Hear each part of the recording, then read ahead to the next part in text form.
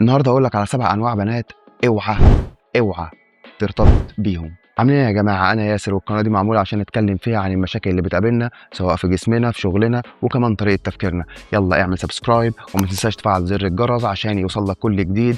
ويلا بينا نشوف موضوع النهارده. بما انك بتحاول تنجح وشغال على نفسك ومظهرك وكمان طريقه تفكيرك وعمال بتطور من نفسك كل يوم، هتلاحظ حاجه غريبه جدا الفتره ديت، وهي ان البنات بتزيد، اللي معجبه بيك واللي عايزه تكتشفك واللي عندها فضول تفهم طريقه تفكيرك. من الاخر جاذبيتك بتزيد، وانت بتطور من نفسك بتكون بتشد كل الناس حواليك وبالذات البنات. وهنا بيجي دورك انت اللي هتختار مين تروح فين.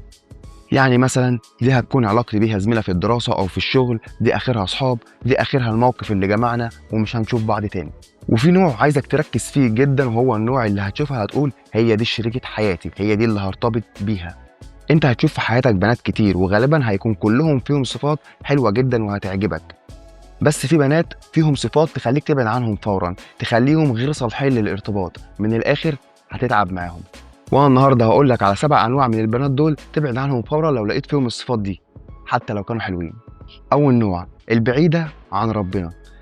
اوعى ترتبط ببنت مقتنعة مليون في المية ان مفيش حاجة بتشوفها ولا بتراقبها وهي لوحدها، لان البنت لما بتكون بعيدة عن ربنا بتبدأ تبرر غلطاتها ليك انت، عشان بتكون على اقتناع انك انت الوحيد اللي بتراقبها، فبتبدأ تبرر لكل حاجة بسهولة. النهارده غلطة بكرة كدبة بعده الله اعلم. فاختار واحدة تبرر غلطاتها لنفسها قدام ربنا قبل ما تيجي تبررها لك انت. فالنوع ده هنبعد عنه. النوع التاني، حبيبة بابا والمدلعة بزيادة.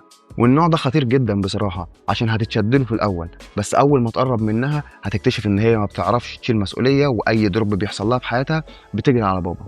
والنوع دوت بيبقى متعود إن الحياة كلها سهلة، لو لا قدر الله اتجوزته في المستقبل وقلت لها على حاجة لأ، أو ما رضتش تجيب لها حاجة، أو وقعتوا في مشكلة أنتوا المفروض الاتنين تحلوها سوا، على طول هتلاقيها سابتك وراحت تجري على بابا. فمن الاول خالص هنختار انسانه متدلعه بالاحترام والحب، مش هنختار انسانه متدلعه لدرجه ان هي ما تعرفش تشيل مسؤوليه وما تحترمش احتياجات غيرها، فالنوع دوت هنسيبنا منه. تالت نوع وهي الكدابه وخلاص. النوع ده مضحك جدا بصراحه، عشان بيكذب بسبب ومن غير سبب، مش عشان يبرر غلطه او عشان كدبه بيضه، لا، هو بيكذب وخلاص. هتيجي تقول لها انت فين يا بنتي، هتقول لك انا في البيت، وتكتشف ان هي في حته تانية خالص. تيجي تقول لها الله الطقم ده حلو جدا، جايباه منين، هتقول لك من زارا او من بولاند بير وهو من الوكاله. طب ما تقولي. هتقول لها هتعملي ايه النهارده، هتقول لك هنزل اسهر مع اصحابي، وهي يكون اخرها في البيت 9. فالنوع ده عمرك ما هتصدق كلامه سواء الصح او الغلط، فهنبعد عنه خالص. رابع نوع، اللي هرموناتها نشيطه بزياده. تلاقيها الصبح مبسوطه، بالليل بتعيط. الصبح تقول لك انا بحبك جدا، بالليل انا مش عايز اعرفك تاني. شويه تلاقيها بتكلمك كتير وشويه تلاقيها مش موجوده اصلا. النوع ده بعد ما دورت وبحثت وقعدت احاول افهم عنه اي حاجه، ما لقيتش غير تفسير واحد بس ليه، انه مجنون. عارف الاشاعات والاساطير اللي دايما بتسمعها عن برج الجوزاء؟ 3/4 النوع ده منهم. النوع ده بالذات اهو تفلق منه خالص. ونيجي بقى الخامس نوع، اللي مش واثقه في نفسها خالص. دي دايما هتلاقيها شاكه فيك، غيرانه عليك زياده، شايفه نفسها مش ماليه عينيك ولا تستحق وقتك. فالنوع دوت هيتعبك جدا، نركنه على جنب. سادس نوع، اللي كل شويه تكراش على واحد شكل. النوع دوت بيكون سطحي جدا، وفي الغالب بيتشد للمنظر بس، متشتته دايما ومش عارفه هي عايزه ايه، وغالبا تفكيره بيبقى بحاجات تافهه. فالنوع دوت مش هنضيع وقتنا معاه وهنبعد عنه فورا. سابع نوع، وانا شايف ان النوع ده المفروض تخلي بالك منه جدا، وهي البنت اللي ما تعرفش قيمه الفلوس. دي هتلاقيها ما اتعاملتش مع الفلوس قبل كده بطريقه فعليه، ما تعرفش الدنيا ماشيه ازاي. اوعى ترتبط بواحده شايفه ان الفلوس حاجه بتيجي وتتصرف مش مسؤوليه.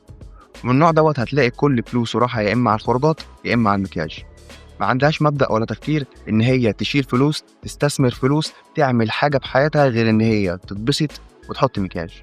والنوع دوت بلاش منه، غالبا هتلاقيه مفيش طموح، مفيش اهداف، ما تحاولش معاه، مفيش فايده. طيب تفتكر انا بقول لك الكلام ده ليه؟ انك تقرر تدي حد وقتك واهتمامك وتفكيرك دي حاجه مش عاديه، والمفروض هو يكون فاهم دوت ومقدره جدا. والسبع انواع اللي انا قلت لك عليهم دول مش هتلاقي معاهم ده. فمن الاول خالص كده لازم تختار صح. اختار شخص عنده طموح، عنده هدف، يشيلك في الايام الوحشه ويكتر من الايام الحلوه، قادر يشيل مسؤوليه، قادر ياخد معاك قرار ويحل معاك مشاكل. وبكده تكون نهاية الفيديو النهارده، ولو عجبك الفيديو واستفدت منه حاجة ما تنساش تعمل اشتراك وتفعل زر الجرس عشان يوصلك كل جديد، وتنزل تحت في الكومنتات وتكتب لي قابلت أي نوع من البراند دي قبل كده.